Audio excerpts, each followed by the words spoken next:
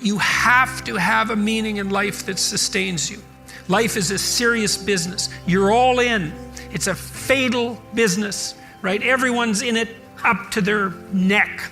And you need a meaning that can sustain you through that. And that's to be found in responsibility. We all know this, that it's better to live courageously than cowardly. Everyone knows that. That's what you teach people that you love.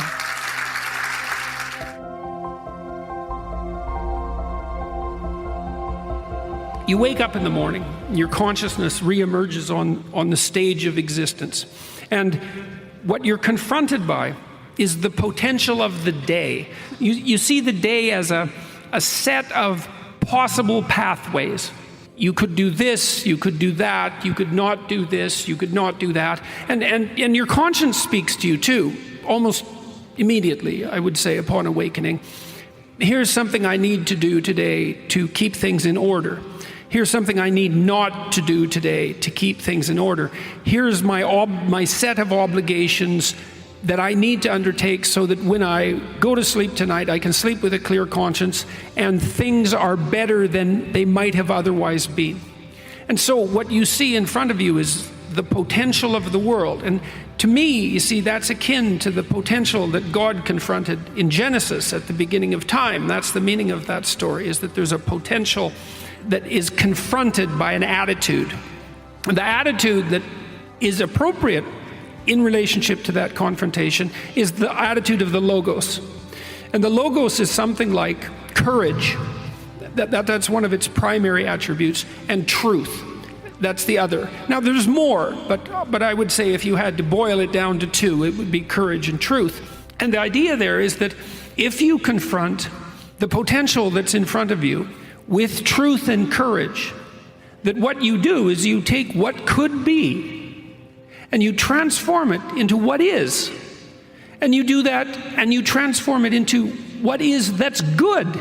And you have that is you. That's your soul.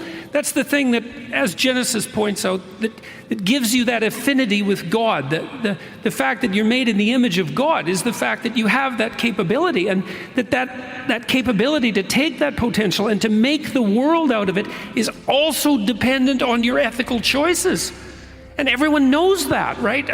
Even if we can't articulate it, you know perfectly well that you can wake up in a miserable mood, bitter and unhappy, and do 25 things that day to make your life more like hell than it was, and to share that delight with the people around you. Everyone understands that. And you know as well that you can decide to face things courageously and truthfully, and you can make tomorrow's morning somewhat better than today's morning was by setting the world in order. You can't be doing that because you want to be a good person in some sense. And you can't be doing that because you want to be seen as being a good person. That's not the right attitude. You have to be doing it because it's the transcendently right thing to do. It's the thing that you do if you aim at the highest possible ideal. And that is laid out in the Sermon on the Mount, is that you should aim at the highest possible ideal, and then that you should concentrate on the day. And it's deadly serious psychological advice. Aim high. Lift your eyes above the horizon, right? Lift your eyes to the stars that beckon above. Try to set things right and to orient your life. And there has to be a relationship with the transcendent that allows you to do that properly, or it becomes an exercise in ego, and then it doesn't work. You have to have a meaning in life that sustains you. Life is a serious business. You're all in. It's a fatal business, right? Everyone's in it up to their neck. And it's dreadful in some sense. And you need a meaning that can sustain you through that. And that's to be found in responsibility. And that's something that we have not communicated, I don't think, well to ourselves, but we certainly haven't communicated it to young people. It's like, well, you're lost. There's reasons that you could be lost, and they're real. God only knows what terrible things happen to you in your life. It's like, how are you going to get out of that? Well, not by pursuing impulsive happiness. That is not going to work. Not by thinking in the short term. Not by thinking in a narrowly selfish manner either. But by taking on the heaviest load of responsibility that you can conceptualize and bear. That will do it. It'll do it for you. It'll give you a reason to wake up in the morning. It'll give you a balm for your conscience when you wake up at night and ask yourself what you're doing with your life.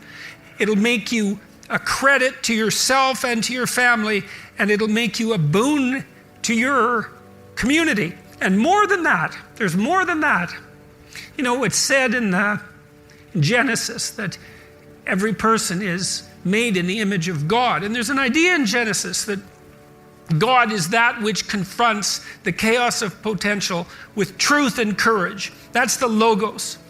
And if we're made in the image of God, that's us. That's what we do, is we confront the potential of chaos, the future, the unformed future. We confront that consciously. And we decide with every ethical choice we make what kind of world we're going to bring into being. We transform that potential into actuality. And we do that as a consequence of our ethical decisions. And so it's not only a matter of putting yourself together and putting your family together, putting your community together. It's a matter of bringing the world in its proper shape into being. And I truly believe that that's the case. And I believe that we all believe that. Like, we hold ourselves responsible. You know that if you've made a mistake with your family, because you were selfish or narrow-minded or blind in some manner, that you regard yourself as culpable. You could have done otherwise. And now you've brought something into the world that should not be there. And it's on you. We hold ourselves responsible in that manner. And so what that indicates to me is that in a deep sense we believe that we are the agents that transform the potential of being into reality. And that is a divine, if anything, links us with divinity. It's our capability to transform what is not yet into what is. And the other thing that happens, and I'll stop with this in Genesis, and this is so interesting, it's so fascinating, is that as God conducts himself through this enterprise of the transformation of potential into actuality, he stops repeatedly and says, and it was good. And that's a mystery. Why is it good? And the answer is something like, well, if you conduct yourself with the courage that enables you to accept your vulnerability, which is no trivial matter, and if you're truthful, then what you bring out of potential is what's good. And that sets the world right. And that's up to us. And to me, that's the great story of the West. That's why we regard ourselves as sovereign individuals of value. That's what we are. And we need to know that, to take ourselves seriously and to act properly in the world. You're actually strong enough to do that. You just don't know it. And you won't find out till you do it. You can't find out till you do it. But if you did it, you'd find out that it was true. It's a massive risk. It's the ultimate in risks, right? You have to be willing to lose your life in order to find it. It's like, exactly right. I mean, Buddha finds his enlightenment under a tree. It's not fluke that that's the case. That's his natural environment. And he's sitting in the lotus here. The lotus opens up. It's this thing that springs up from the depths. And he sits there illuminated the same way. He's got a halo that's the sun that stands for higher consciousness. And he's transcended by accepting the fact that life is suffering. He's transcended the limitations that are part of mortality. This is the thing that this idea is what enables people to transcend their suffering. And Buddha said, well, don't be too attached to things. And what does that mean? It doesn't mean deny the world. It might mean deny the world if you're too in love with the material, like with material well-being, let's say, then your pathway to transcendence and meaning might be to abandon that because it's constraining you. It's making you less than you could be. But the fundamental lesson, the more fundamental lesson that's underneath that is don't let what you are stop you from being what you could be. Right. And so then the question is, well, what do you identify with? Do you identify with what you are? Then you're a tyrant. Do you identify with chaos? Because that's the opposite of order, say. Then you're nihilistic. Well, you don't identify with either of those. You know that they're both necessary. You know that you have to live with both of them, but you identify with the capacity to continually transcend what you are. And then you seek out error. That's what humility is. It's like, I'm error-ridden. It's like, so I want to put myself in a situation where I can discover one of my errors, hopefully not in a way that's going to knock me completely out of the game, right? I want to seek out a challenge. I want to find out where my limits are. I want to find out where there's not enough of me yet. And I want to do that in a way that's engaging, because you can wear yourself out fighting dragons, obviously. You can exhaust yourself completely, and that's not helpful. One of the things I learned, for example, when I was coaching lawyers, these were people who had very high-end careers, and so they had an infinite workload. No matter how much they worked, flat out, there was always way more work that they should do. It's a very difficult thing to learn to manage. And so they were exhausting themselves, and I said, well, you have to work less per day. It's like, well, no, that's not happening. I can't do that. And so what I learned over time was, okay, so this is what you have to do. Every 3 months, you have to block off 4 days and go have a vacation. And you have to plan that in advance so it's in your calendar so that your secretary doesn't book your time. And then you need that because you have to recuperate enough so that you can work as hard as you're going to work. And of course, they were nervous about that. And I said, well, look, we can calibrate this. Let's keep track of your billable hours over the next year and see if they increase or decrease. Because I bet you if you take more time off, you'll actually have more billable hours. You'll actually have your cake and eat it too. You'll get to have a vacation and you'll be more productive. And that inevitably, that was what happened. And so that's a matter of calibrating the game properly, right? You want to play a game that you can play today, but also one that you can play next week and next month. We're not talking about, your career this week. We're talking about you having a career that lasts 30 years, that doesn't kill you, that doesn't make you hate yourself or the job, that doesn't make you bitter, that doesn't wear you to a frazzle. So it has to be optimized. And so I think that you can, in fact, decide to take on the load that's optimally meaningful if you want, and then you get to have your cake and eat it too. You're on the pathway to continual incremental improvement. You only have to burn off a feather at a time instead of having the whole bloody thing burst into flames. But it's a constant source of renewal. And there's an idea that to be renewed, you have to drink the water of life, right? That's an old mythological idea. And what's the water? The water of life. Chaos is water. Water is chaos. Water is what washes away too much order. And to stay continually, let's say, refreshed by the water of life is to take on exactly the right amount of chaos to make sure that your garden is properly nourished. And I think meaning is actually the marker of that. I'll tell you what it is that you need to do to be successful. Some of these things aren't so malleable, but others are things that you can work on. Well, IQ, well, that's a rough one, because there's no evidence, as far as I can tell, that you can do a damn thing about your IQ. I've reviewed that literature like 6 times in the last 15 years because I keep hoping that someone will crack the problem, but it's always the same answer. It's like, you do brain training games, you get better at the game, a lot better at that game. You get slightly better at similar games, but distal games that are still heavily cognitively loaded doesn't affect your performance at all. Zero, none. So the issue of how to raise IQ, man, that's a killer. No one knows how to do it. I can tell you how to stop your IQ from decreasing as you get older. That's not so bad because it does that. Fluid IQ decreases from the time you're 20 and pretty rapidly. It's physical health is the best preventative. So exercise, physical exercise.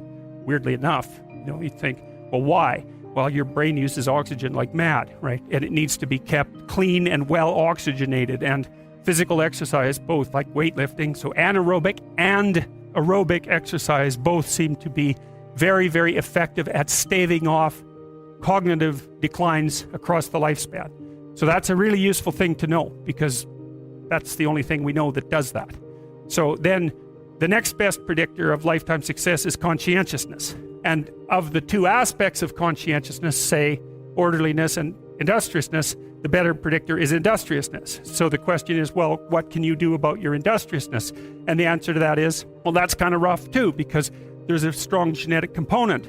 But you can work on micro habits with regards to your conscientiousness. And I think the best thing you can do with regards to your conscientiousness is to set up some aims for yourself, goals that you actually value. And so the questions are something like, well, all right, you're going to have to put some effort into your life, and you need to be motivated to do that. And so what are the potential sources of motivation? Well, you could think about them in the big five manner. You know, if you're extroverted, you want friends. If you're agreeable, you want an intimate relationship. If you're disagreeable, you want to win competitions. If you're open, you want to engage in creative activity. If you're high neuroticism, you want security. Okay, so those are all sources of potential motivation that you could draw on, that you could tailor to your own personality. But then there are dimensions that you want to consider your life across. And so we ask people about, well, you know, if you could have your life the way you wanted it in 3 to 5 years, if you were taking care of yourself properly, what would you want from your friendships? What would you want from your intimate relationship? How would you like to structure your family? What do you want for your career? Well, how are you going to use your time outside of your job?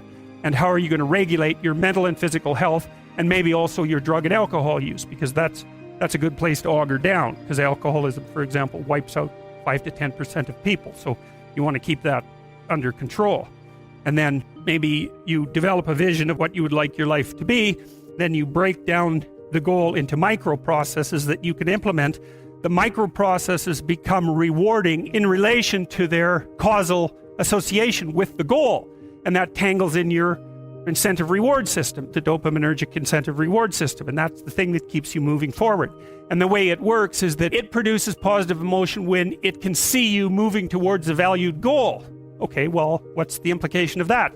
Better have a valued goal, because otherwise you can't get any positive motivation working out. And so the more valuable the goal, in principle, the more the micro processes associated with that goal start to take on a positive charge.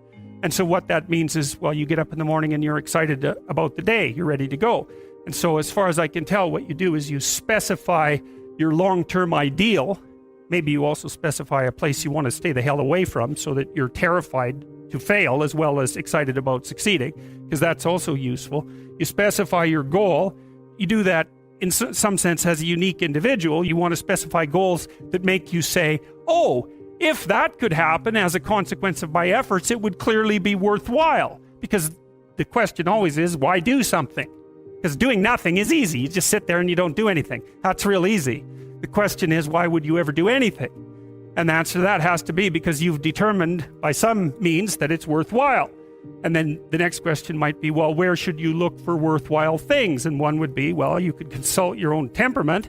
And the other would be, well, you kind of look at what it is that people accrue that's valuable across the lifespan. So you do a structural analysis of the subcomponents of human existence, and already did that. You need a family, you need friends. Like, you don't need to have all these things, but you better have most of them. Family, friends, career, educational goals, plans for, time outside of work, attention to your mental and physical health, etc. That's what life is about. And if you don't have any of those things, well, then all you've got left is misery and suffering. So that's a bad deal for you. But once you set up that goal structure, let's say, and that's really, in many ways, that's what you should be doing at university. That's exactly what you should be doing, is trying to figure out who it is that you're trying to be, right? You aim at that. And then you use everything you learn as a means of building that person that you want to be. And I really mean want to be. I don't mean should be, even those things are going to overlap. And it's important to distinguish between those, and this is back down to the micro routine analysis. So as I was saying, well, you're going to try to make yourself more industrious. Okay, number one, specify your damn goals, because how are you going to hit something if you don't know what it is? That isn't going to happen. And often people won't specify their goals too, because they don't like to specify conditions for failure. So if you keep yourself all vague and foggy, which is real easy, because that's just a matter of not doing as well, then you don't know when you fail. And people might say, well, I really don't want to know when I fail because that's painful. So I'll keep myself blind about when I fail. That's fine, except you'll fail all the time then. You just won't know it until you've failed so badly that you're done. And that can easily happen by the time you're 40. So I would recommend that you don't let that happen. So that's willful blindness, right? You could have known, but you chose not to. Okay, so once you get your goal structure set up, you think, okay, if I could have this life, looks like that might be worth living, despite the fact that it's going to be, anxiety provoking and threatening, and there's going to be some suffering and loss involved and all of that.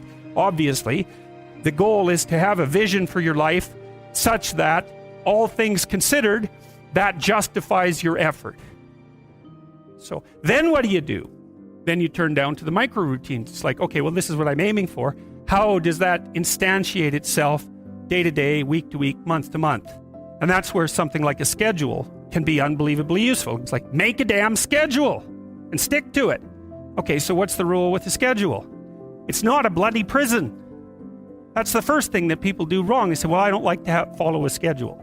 Well, what kind of schedule are you setting up? Well, I have to do this, then I have to do this, then I have to do this, and then I just go play video games, because who wants to do all these things that I have to do? It's like, wrong. Set the damn schedule up so that you have the day you want. That's the trick. It's like, okay, I've got tomorrow. If I was going to set it up so it was the best possible day I could have, practically speaking, what would it look like? Well, then you schedule that. And obviously there's a bit of responsibility that's going to go along with that, because if you have any sense, one of the things that you're going to insist upon is that at the end of the day, you're not in worse shape than you were at the beginning of the day, right? Because that's a stupid day. If you have a bunch of those in a row, you dig yourself a hole and then you bury yourself in it. It's like, sorry, that's just not a good strategy. It's a bad strategy. So maybe 20% of your day has to be responsibility and obligation, or maybe it's more than that, depending on how far behind you are.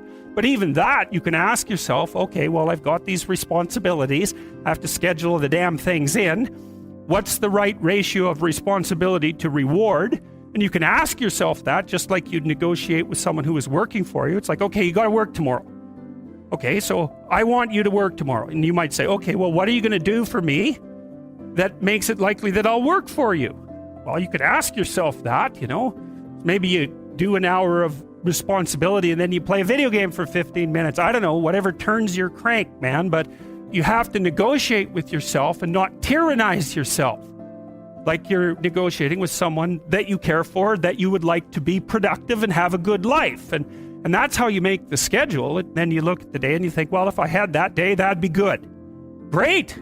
And you're useless and horrible, so you'll probably only hit it with about 70% accuracy, but that beats the hell out of 0, right? And if you hit it even with 50% accuracy, another rule is, well, aim for 51% the next week, or 50.5% for God's sake, or because you're going to hit that position where things start to loop back positively and spiral you upward. So that's one way that you can work on your conscientiousness, is plan a life you'd like to have. And you do that partly by referring to social norms. That's more or less rescuing your father from the belly of the whale. But the other way you do that is by having a little conversation with yourself, as if you don't really know who you are, because you know what you're like. You won't do what you're told. You won't do what you tell yourself to do. You must have noticed that. It's like you're a bad employee and a worse boss. And both of those work, for you. You don't know what you want to do, and then when you tell yourself what to do, you don't do it anyways. You should fire yourself and find someone else to be. But my point is that you have to understand that you're not your own servant, so to speak. You're someone that you have to negotiate with, and you're someone that you want to present the opportunity of having a good life to. And that's hard for people because they don't like themselves very much.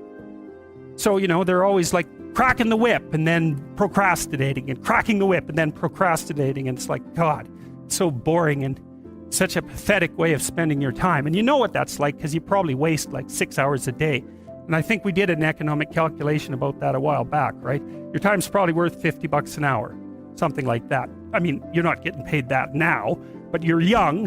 And so this is investment time. And what you do now is going to multiply its effects in the future. So let's say it's $50 an hour, which is perfectly reasonable. So if you waste 6 hours a day, and you are, then you're wasting about $2,000 a week, or about $100,000 a year. So go ahead, but that's what it's costing you every hour. And you need to know what your damn time is worth. So let's say it's not $50, it's 30, whatever. Maybe it's 100, it's somewhere in that range. One of the things you should be asking yourself is, when you spend an hour, was that, well, would have I paid someone $50 to have had that hour? And if the answer is no, it's like, well, maybe you should do something else with your time. And it depends on whether or not you think that your time's worthwhile. But the funny thing about not assuming that is if you assume your time isn't worthwhile, what happens is you don't just sit around sort of randomly in a state of responsibility-less bliss. What you do is you suffer existentially. And so that seems like a stupid solution. Information that's being provided to you from your body, sort of bottom up, to determine when you were being inauthentic or non-congruent. And I've thought about this for a long time and tried to sort it out in a practical manner, and what I've concluded is this. You could try this for a couple of weeks. It's an extremely interesting exercise. So you sort of have to detach yourself from your thoughts and what you say. So you got to assume, you start by assuming that what you say and what you think is not necessarily you. And of course that's just the case, because a lot of what you think, in fact most of what you think and most of what you say, are the opinions of other people. They're things you've read or things people have told you, and you know that's a benefit in some ways because you get all those thoughts that other people have spent a long time formulating, but it's a disadvantage in that it's not exactly you. Okay, so you detach yourself from that. You're no longer your thoughts or the things that you say, or maybe you're no longer all of them. And now what you're going to try to find out is which of your thoughts and things that you say are you, and maybe so you can not utilize the rest, or maybe so that you can correct the rest, because they're not representative of yourself as an integrated being. They don't take everything into account. My sense has been that you can tell when you're saying something that's not authentic by feeling out whether or not it makes you weak or strong. Now, you know, sometimes when you're conversing with people, you can say something that embarrasses yourself. Now, Nietzsche said, for example, everyone has perjured themselves at least once in the attempt to maintain their good name. Something like that. It's not an exact quote, but I've got the gist of it right. So maybe you're saying things to impress someone, or you're saying things to remain part of your political group or your social group or whatever, or maybe you have attributes, personal attributes that might be positive that you're ashamed of, and so you're not going to speak about them. So there's a falseness about your self-representation. Watch for 2 weeks and see. Make a rule that if you start to say something and it makes you feel weak, what it means is that I can feel things coming apart sort of in my midsection, so I think it's an autonomic phenomena, and the subjective sense is of falsehood. It's like I've just stepped off the solid ground and onto something that doesn't support me well, and it feels like a self-betrayal. So that's existential inauthenticity. You can feel it right away. And then the rule is, shut up if that happens. Stop talking. And then feel around and see if you can find some words that you can say in that situation that don't produce that sensation. You see this played out in different forms of drama. So it's not all that obvious why a cliche is a bad thing, but a cliche is a bad thing in the same way that being possessed by the dead is a bad thing. It's like a cliche isn't you. It's something else. It's like the crowd. It's like the other. It's not living. It has nothing to do with you. And part of the reason that students use cliches is because it's easier than using your own genuine creative formulation. So you can just default to cliche use, but there's something more insidious than that, is that if you write an essay that's nothing but a string of cliches and you get criticized, then you're not being criticized. What's being criticized is the cliches, and you can hide behind that, and the part of you that's wise but treacherous thinks, well, the criticism doesn't really apply to me because, you know, I didn't really say what I thought. And then there's this kind of sense you get that you've gotten away with something, which is a terrible thing. So when I read undergraduate essays, what I see very frequently is, especially the first essay, it's just nothing but cliches. It's awful. It's dull. You can hardly stand reading it because there's nothing in it that's gripping or alive. And then maybe the second essay, you can see there's a layer of cliche, and then now and then the person will be brave enough to poke up a thought of their own. It'll just sort of poke up somewhere maybe in 3 pages in. It's like this little green shoot that's barely alive, and the person is brave enough to pop it up in the hope that, you know, maybe it won't get walloped down with a sledgehammer. And so one of the things I try to do is to point that out. It's like, look, you know, this is something, there's a real thought here. It's a real original thought. It's something that you have the right to, because it's derived from your own experience and your own knowledge, and you've formulated it in an original and compelling way. But the problem with that is that if you get criticized for that, you're just going to pull right back into your shell, right? Because that hurts, because it's actually part of you that you've exposed. And that's a terrifying thing, to expose yourself like that. But it's an absolute prerequisite to genuine communication and thought.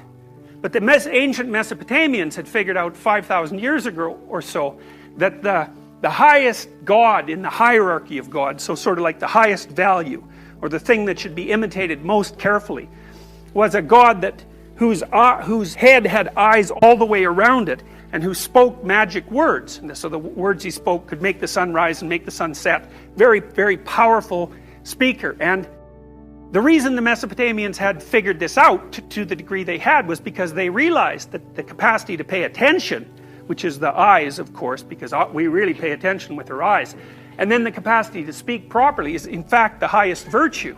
And so then you can check yourself, you can see, all you have to do is listen, like you would listen to someone else. And you have to feel, you think, do I actually believe that? Is that actually my thought? And really, I'll tell you, what you'll find is 95% of what you say has nothing to do with you. So it's quite shocking to do this, because you'll start to say something and you'll think, oh, that doesn't feel quite right. Like, it doesn't make me feel solid when I say it. There's something about that I'm subordinating myself to something or hiding in some way. It's very difficult to figure out exactly what you're doing. But you'll find out that almost everything that's abstractly represented. So in some sense, you know way more than you can actually know. The reason that I think people believe what I say is that I'm very pessimistic. Most times when you listen to someone who's a motivational speaker, let's say, it fills you with a temporary optimism, but you go home and the wiser part of you knows that mostly it's the painting over of rotten wood with a fresh coat of paint. And I tell my audiences very clearly that their life is going to be difficult, and sometimes difficult beyond both imagining and tolerance, and that is definitely in your future, if it isn't in your present. And for many people it's in their present, and that that can be unbearable, that enough to turn you against life itself, to corrupt you, to drive you to nihilism, to drive you to suicide, and worse, to drive you to thoughts of vengefulness, of infinite scope, to not only be turned against yourself and your fellow men, but to be turned against being itself because of its intrinsically brutal, in some sense, nature. And then it's worse than that, actually, because it's not only that we suffer and that will necessarily occur, but that we all make our suffering worse because of our ignorance and our malevolence. And everyone knows that to be true. And so the discussions start, let's say, on an unshakable foundation. But then I can tell people, look, despite that, we're remarkable creatures. You know, we're capable of taking up the burden of that suffering and facing the reality of that malevolence voluntarily. We can actually do that.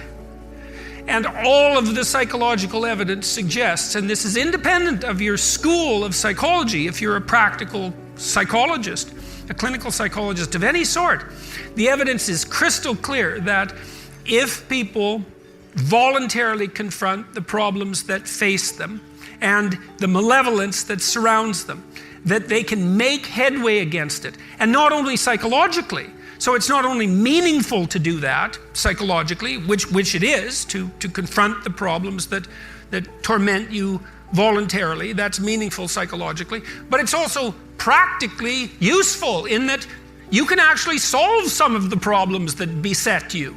And God only knows how good we could get at that. You know, I mean, I don't know what percentage of human effort is spent in counterproductive activity.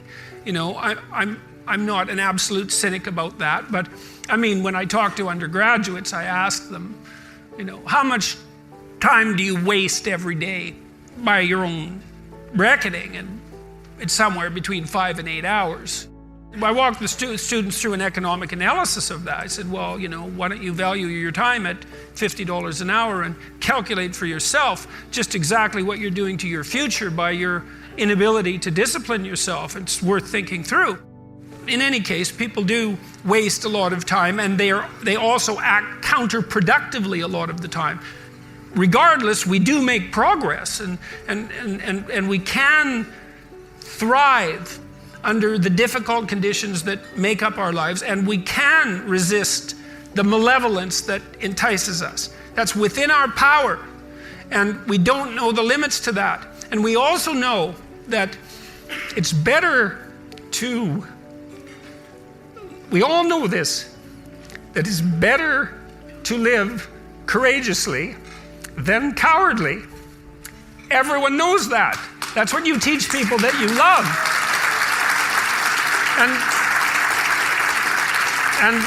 And we know that it's better to live truthfully than in deceit. And you can tell that too, because that's also what you tell people that you love. And we know that you should pick up your damn responsibility and move forward.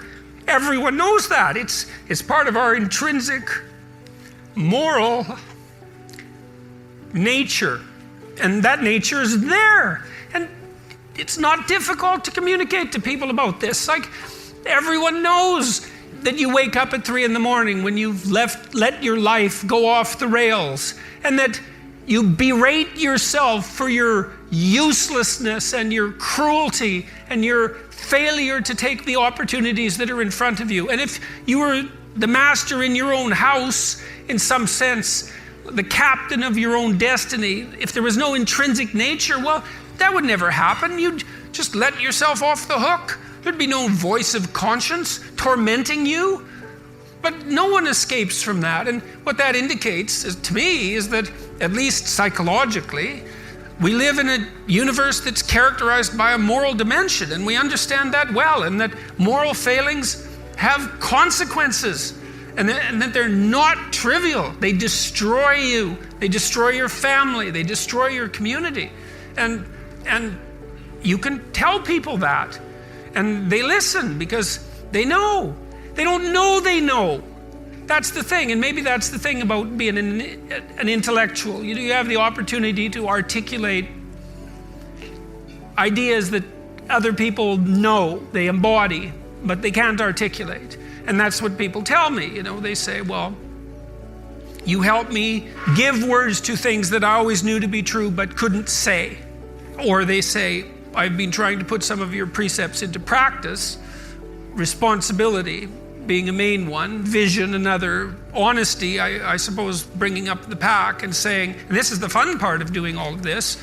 Fun is a weak word. That it's the remarkable part of doing all this. I mean, I have people tell me constantly wherever I go. It's so delightful that, they were in a pretty dark place, and they tell me why. And there's plenty of dark places in the world, and they decided, well, maybe they were going to develop a bit of a vision and take a bit more responsibility and start telling the truth and putting some effort into something. And they come up and they say, well, you can't believe how much better things are. It's like, I got 3 promotions. I had one guy tell me, this was a lovely story, 15 seconds. He came up after a talk. He said, 2 years ago, I got out of jail. I was homeless. He said, I own my own house. I have a 6-figure income. I got married and I have a daughter. Thank you. And that was the whole conversation. It's like he decided he was going to put his life together. And and so you can look at that pessimism that constitutes, let's say, the core of what, well, I think it's the core religious message, really, is the tragic nature of the world, the reality of suffering. It's part of the core religious message. But what emerges out of that, properly conceptualized, is a remarkable appreciation for what human beings are capable of. Like, we are unbelievably resilient and able creatures, and we do not have any conception of our upper limits. I would say for the last 45 years, we've told, psychologists have been certainly to blame for this, at least in part. you're okay the way you are. That's what we tell young people. Oh, you're okay the way you are. It's like, and there's nothing worse than you can tell someone who's young than that, especially if they're miserable. Oh, I'm miserable and aimless, and sometimes I'm suicidal and I'm nihilistic and I don't have any direction in your life. In my life. It's like, well, you're okay the way you are. They don't want to hear that. They want to hear, look, and you know this, you're useless. You haven't got started. You've got 60 years to put yourself together, and God only knows what you could become. And that message is so much more, it's so funny because it's such an attack, but it's so positive because there's faith there in the potential that makes up the person rather than the miserable actuality that happens to be manifesting itself at the moment. And young people respond extraordinarily well to that because, and you know that if you're a parent and you love your child, your son, your daughter, what you're trying to foster is the best in them. You want that to manifest itself across the course of their life. You want them to become continually more than they are, to see what they could be. And I think that's part of the great message of the West, is that's the ethical requirement of individual being in the proper sense, is to constantly note that you're not what you could be, to take responsibility for that, and to commit yourself, like body and soul, to the attainment of that ideal. If you concentrate solely on your career, you can get a long way in your career. And I would say that that's a strategy that a minority of men preferentially do. That's all they do. They work like 70, 80 hours a week. They go flat out on their career. They're staking everything on the small probability of exceptional status in a narrow...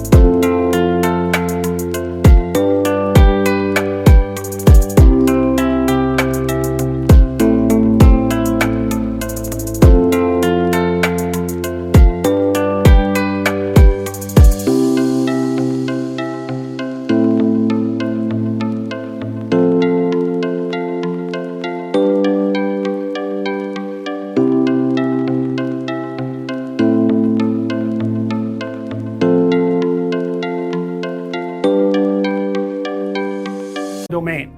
But it's hard on them. They don't have a life. It's very difficult for them to have a family. They don't know how to take any leisure activity. Like, they get very one-dimensional. Now, it may be that unidimensionality is the price you have to pay to be exceptional at one thing, right? Because if you're going to be something like a genius level mathematician and you want to do that or a scientist, say, it's like you're in your lab all the time, you're working 70 hours a week or 80 hours a week, you're smart, you're dedicated, you're unidimensional, and that's how you get to beat all the other people who are doing that. It's the only way.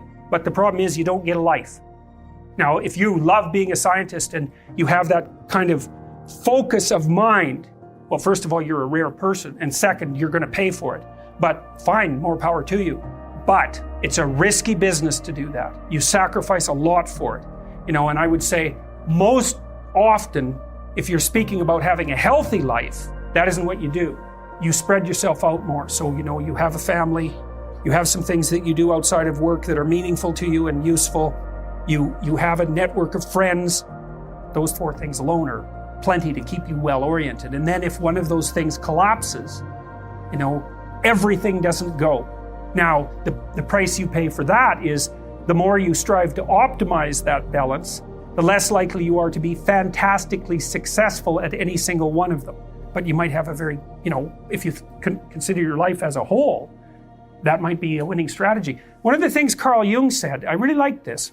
He thought that men went after perfection and women went after wholeness. There's something different at the top of the value hierarchy.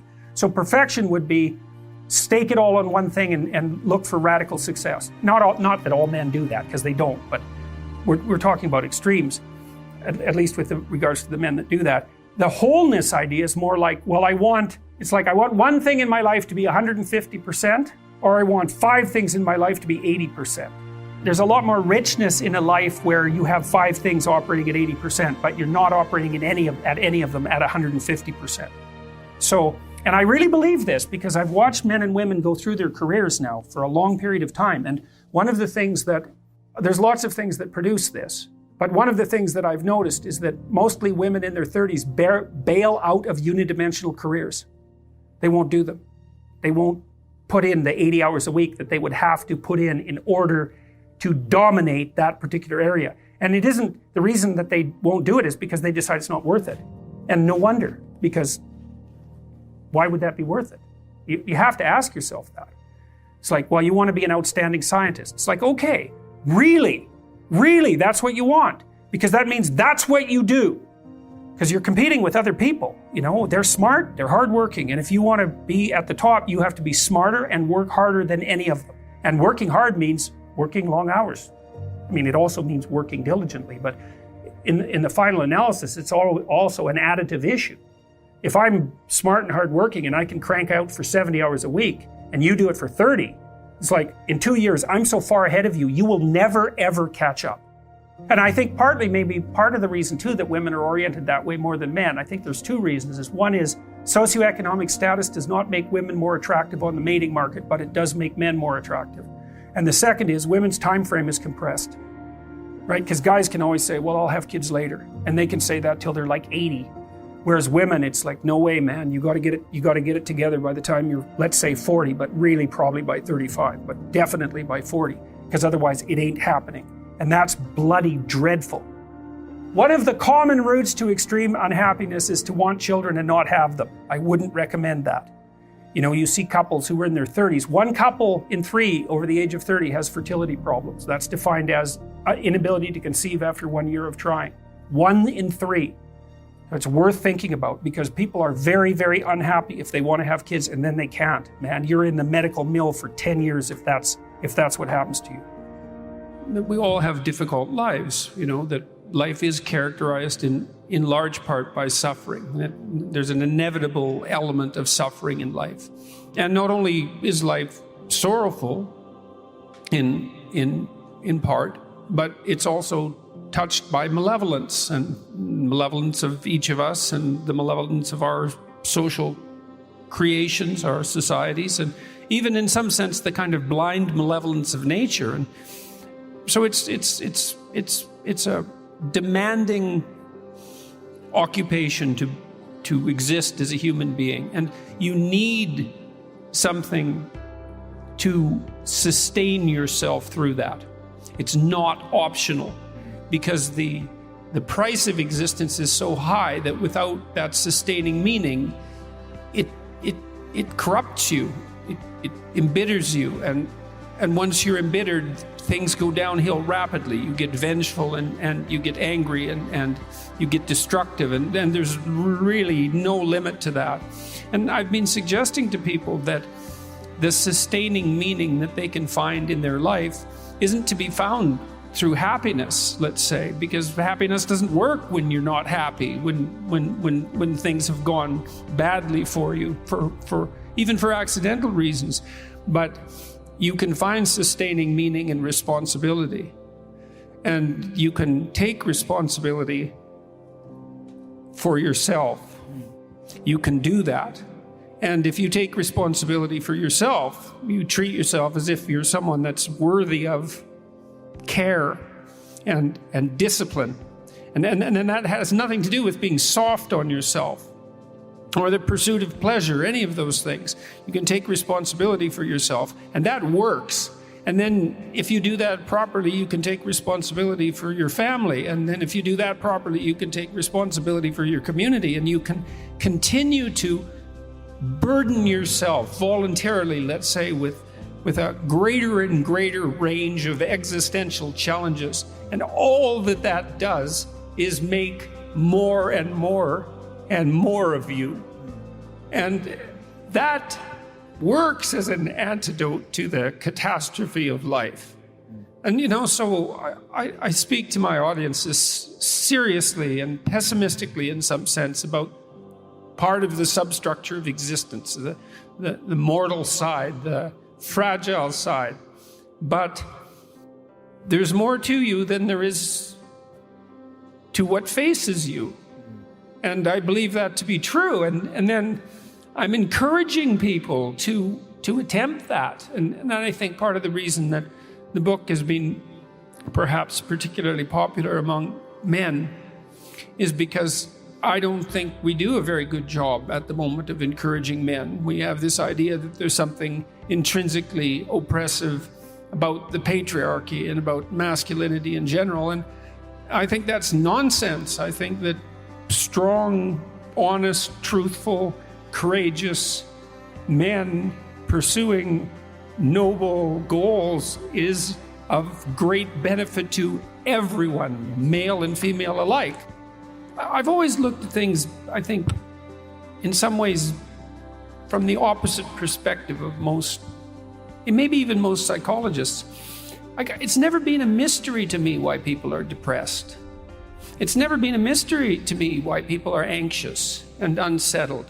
It seems obvious why they're concerned and hurt and anxious and unsettled. I think the mystery is how it is that we can conduct ourselves so that that can remain under control. I mean, people deal with very heavy burdens in their life. You don't have to talk to someone for very long. Someone you might be thinking is doing quite well in the world, and sometimes people are. But you don't have to scratch very deep beneath the surface before you find out that they have a family member who has a serious illness, or someone who's suffering through an economic crisis of one form or another, or who there's some source of genuine tragedy 1 degree removed from them, if it's even removed. And most people, even as individuals, have at least one serious problem that they're dealing with. And so it's no mystery that people find it difficult to orient themselves in the world. And mystery is, well, what can you do about it? And we do know what you can do about it. What you help people do is to identify their problems. That's the first thing, is to confront what's there, the reality of what's there, as bluntly as possible. And so you often end up as a psychotherapist talking to people about their array of problems. It's as if they're putting their cards on the table. And you sort out their problems. It's like, and no, they often decide that many of the things that are bothering them are not really that important. They can wait, but that there are crucial life challenges that present themselves to them. And they're not just psychological problems, although sometimes they are. They're problems in life, right? Existential problems. And then what you do is you help people break them down into manageable units, let's say, strategically, and confront them voluntarily. And there's an echo of that idea. There's an echo of that in Christian thinking, and the echo for that is to pick up your cross voluntarily, which is that you have an unavoidable mortal burden to bear in life. There's no escape from it, except to directly confront it and to take it on voluntarily. And what's so fascinating about that, 2 things. One is that psychotherapists of every stripe understand that this is one of the primary reasons that psychotherapy works. There's no dispute about that among all the different psychotherapeutic schools, is that the confrontation of existential problems, voluntary confrontation, is curative. And that's really something. And so, and the practical aspect of that is quite straightforward. It also indicates, practical and philosophical, it also indicates to you that there's far more to you than you think. Because it turns out that you have substantial problems, genuine, deep problems of malevolence and suffering. But that if you decide that you will take that on as your responsibility, that you can put yourself together psychologically just the courage, and you can actually solve the problems. And that seems to be true. It's not a naive wish. It seems to be well within our capacity. And I mean, that's part of the message, I would say, of 12 Rules for Life, is that dark as things are, there is more light.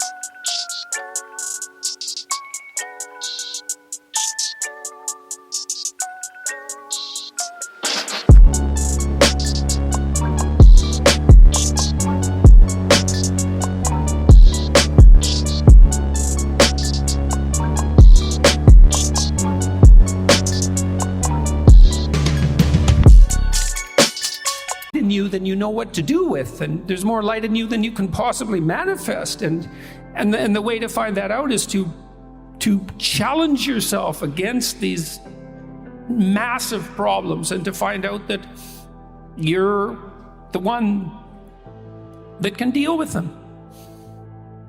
There's probably something that I'm doing wrong or not doing well enough, that I'm being blind to, that I could fix and that I would fix. You know, you need both of those, right? Because there's lots of things about your life that you know aren't right, that you could fix, but you won't. Who knows why? You don't have the discipline or the vision or the courage or the integrity of character or the maturity, or God only knows the reasons. But there are some things that you're doing wrong or not doing that you could fix, that you would fix if you actually want to know something, and you actually want to devote yourself to something. If you're willing to make the proper sacrifices, right, and reorient yourself, that you can move towards what you're aiming at. And I can tell you that if you ask yourself in all humility how it is that you could be better and what you could do in a small way to move in that direction, that first of all, you will receive an answer about what you're doing wrong. It's not that much different than thinking. We don't regard that as particularly miraculous. Like, you could ask yourself a question and come up with an answer. But if you ask yourself a question about how it is that you're lesser than you could be and what you could do about that, you'll find out. And then if you do that, then you won't be lesser. And that works. And it especially works. It's a nice form of humility as well, because what you're going to find out if you ask that question is not going to be something you're proud of. It's going to be some little rotten element of your character that you're ashamed of in 15 different ways, and for good reason. And and even the attempt to triumph over it isn't going to be something that you're going to be able to trumpet proudly to your friends and your family, because, you know, to fight off something that's shameful is a private affair in some sense, but you can do it. And if you can improve your life incrementally in that manner, if you have the humility. One of the things Carl Jung, the famous psychoanalyst, said about modern people, which I loved, was that modern people can't see God because they won't look low enough. And a lot of that lowness is internal. It's like, well, what's not good enough about me? And the other thing that's so lovely about that is you're not going to do anyone any harm. You know, if you find out something that you're lacking, if you discover something you're lacking, well, first of all, great, you've discovered something you're lacking, and you need that thing you're lacking because life is difficult. It's going to call everything that there is out of you. And so you need that thing that you're lacking, and then you can work on it incrementally and humbly, you know, humbly meaning you can work on it in the way that someone as flawed as you could work on it successfully. And then it works. And then things get better, and as they get better, they tend to get better and better. And so that's very practical and very much in keeping with psychotherapeutic practice and wisdom, and I would say with ancient wisdom in general. My fervent hope, and perhaps this is something that could be transformed into a prayer, is that the mistakes that I am inevitably going to make while I'm pursuing, that I don't pay an undue price for the mistakes that I'm inevitably going to make as I pursue what I'm pursuing. That's my fervent hope, and it has been since all of this has broken around me, that I would be careful enough in my speech so that I would stay on the right track, on the straight and narrow path, and fulfill whatever obligations are my privilege to fulfill. And what I hope from the people that are supporting me is that if they wish to pray for me, is that I'm careful enough, I remain careful enough and fortunate enough so that my inevitable faults don't interfere too catastrophically with whatever good I might be able to do.